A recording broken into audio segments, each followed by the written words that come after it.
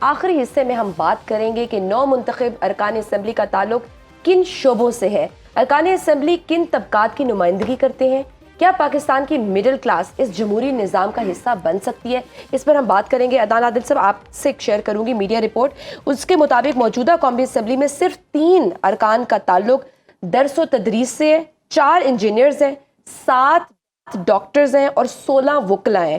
Professionals کی قومی assembly میں کمی کی کیا وجہ ہے؟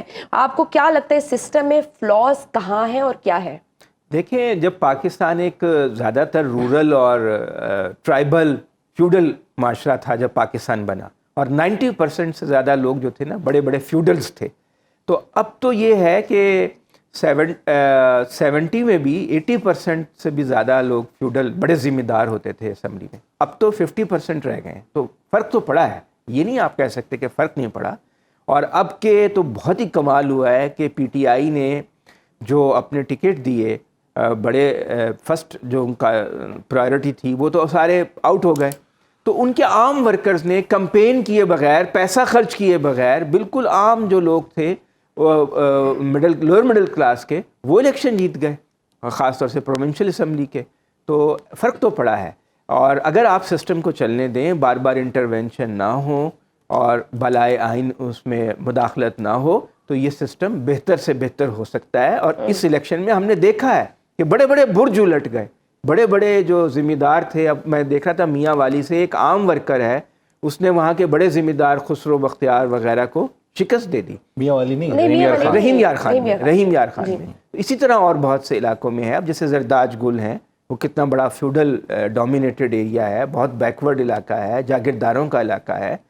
تو اگر فری فیئر الیکشن ہوتا، فارم 45 47 کا مسئلہ نہ ہوتا، تو اور زیادہ لوگ آتے۔ نمبرز کچھ اور بتا رہے ہیں، اعداد و شمار کی اگر بات کریں اس میڈیا رپورٹ کے مطابق، تو اس کے مطابق یہ کہ 9 منتخب 265 ارکان میں سے 112 کا تعلق زمینداری کے شعبے سے ہے، لیکن اس کے باوجود اس ملک کے کسان کو اس کا حق نہیں دیا جا رہا۔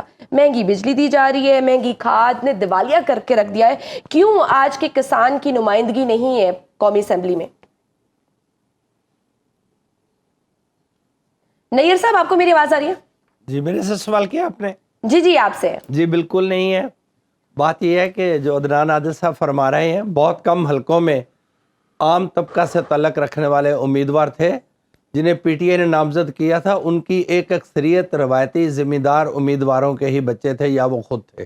میں کئی ڈسٹرکٹ کی مثال دے سکتا ہوں، مثلا حافظ آباد میں مہدی طاہر بھٹی کی بیٹی اور سائرہ طاہر افضل طاہر کی بیٹی، تو وہی مقابلہ تھا۔ انہیں زمیندار کے بجائے اگر فیوڈل کہہ رہے تو زیادہ بہتر نہیں ہوگا۔ اور محسن شاہ نواز رانجھا، یہ وہی کنٹینیوٹی ہے۔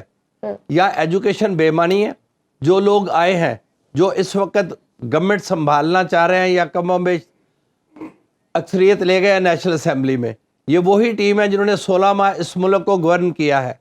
ان میں کچھ بھی مختلف نہیں ہے۔ اگر آج آپ ویژولائز کریں تو آپ کو فیوچر کیبنٹ کولیگز کون نظر آ رہے ہیں؟ پیپلز پارٹی کو بھی مائنس کر دیں، وہی رانا تنویر صاحب، ڈار صاحب، احسن اقبال صاحب، اسحاق ڈار صاحب، آصف صاحب، خواجہ آصف صاحب، یہ وہی لوگ ہیں تقریباً جو پہلے رول کر چکے ہیں، اب وہ رول کریں گے۔ اگر 16 ماہ میں ان کی کارکردگی اتنی ناقابل بیان تھی کہ میں بات عرض کر دوں، میاں نواز شریف صاحب انتخابی مہم پہ نکلے تو انہوں نے کبھی اپنے دور حکومت جو 2016 تک تھا اس سے اگلی 2 حکومتوں کا ذکر نہیں کیا تھا۔ ایک حکومت جناب شاہد خاقان عباسی صاحب کی تھی، جو ان کی برطرفی کے بعد مسلم لیگ کے ہی وزیر اعظم تھے، اور ایک حکومت شہباز شریف صاحب کی تھی۔ انہوں نے اپنی ہر کامیابی کو 2016 سے جوڑا تھا۔ تو اگر یہ وہی ٹھیک ہے، رانا صاحب، ایک امپریشن یہ ہے کہ سرمایہ داروں کی جمہوریت ہے۔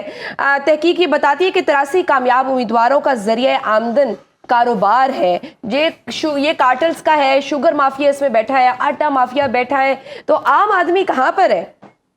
عام آدمی کم از کم ان اسمبلیوں میں نہیں ہے۔ رانا صاحب جی، یہ ذمہ دار طبقات کی اولاد ہے یا شہری مڈل کلاس، مالدار مڈل کلاس ہے؟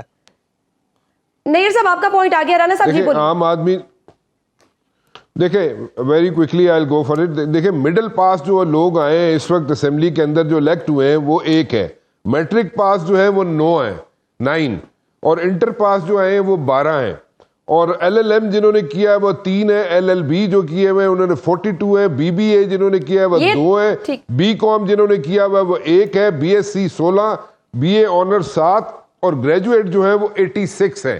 یہ جناب ڈیٹیلز ہے جو لوگ ہیں اس وقت. But at the very same time آپ یہ دیکھیں کہ جو بات آپ پوچھ رہی ہیں وہ ایز سچ لوگ وہاں تک نہیں پہنچ سکے, ڈسپائٹ دا فیکٹ کہ انہوں نے سیٹیں نکالنے کی کوشش بھی کی, کچھ اس میں سے ضرور کامیاب ہوئے اور انہوں نے بڑا منیمم بجٹ یوز کیا. جو SOP بنا ہوا ہے, جو الیکشن کمیشن نے کہا ہوا ہے, اس سے بھی کئی گنا کم انہوں نے بجٹ یوز کیا ہے. مطلب 2-2 لاکھ روپے 5-5 لاکھ روپے لگا کے وہ لوگ بھی الیکشن جیتے ہیں. But at the very same time میرے خیال میں آئندہ آنے والے دنوں میں اگر اسی طرح چلتا رہا سلسلہ اور نظام سے لوگوں کا اعتبار نہ اٹھا, جو کہ کسی حد تک اٹھ چکا ہے, لیکن اگر نہ اٹھائے نظام سے اعتبار لوگوں کا, تو میرے خیال میں اچھے لوگ سامنے آ سکیں گے. بالکل ٹھیک. ابو ذر لاسٹ کامنٹ ہے آپ سے کہ کیا مڈل کلاس کی ریپرزنٹیشن کے بغیر عوام کے مسائل حل ہو سکتے ہیں, یہ نظام بہتر ہو سکتا ہے؟ دیکھیں democracy is a slow process, چلتی رہے انٹرونشن کے بغیر تو ٹھیک ہوتا رہتا ہے کام. اس وجہ سے اس میں دیکھیں جہانگیر ترین صاحب کو کس نے ہرایا, ذرا دیکھیں, بہت عام سا آدمی ہے. دیکھیں پرنسپلس پہ, آئیڈیالوجی پہ بھی ووٹ پڑتا ہے. میرے خیال سے وتھ پیسیج آف ٹائم بہتر ہوتا رہے گا.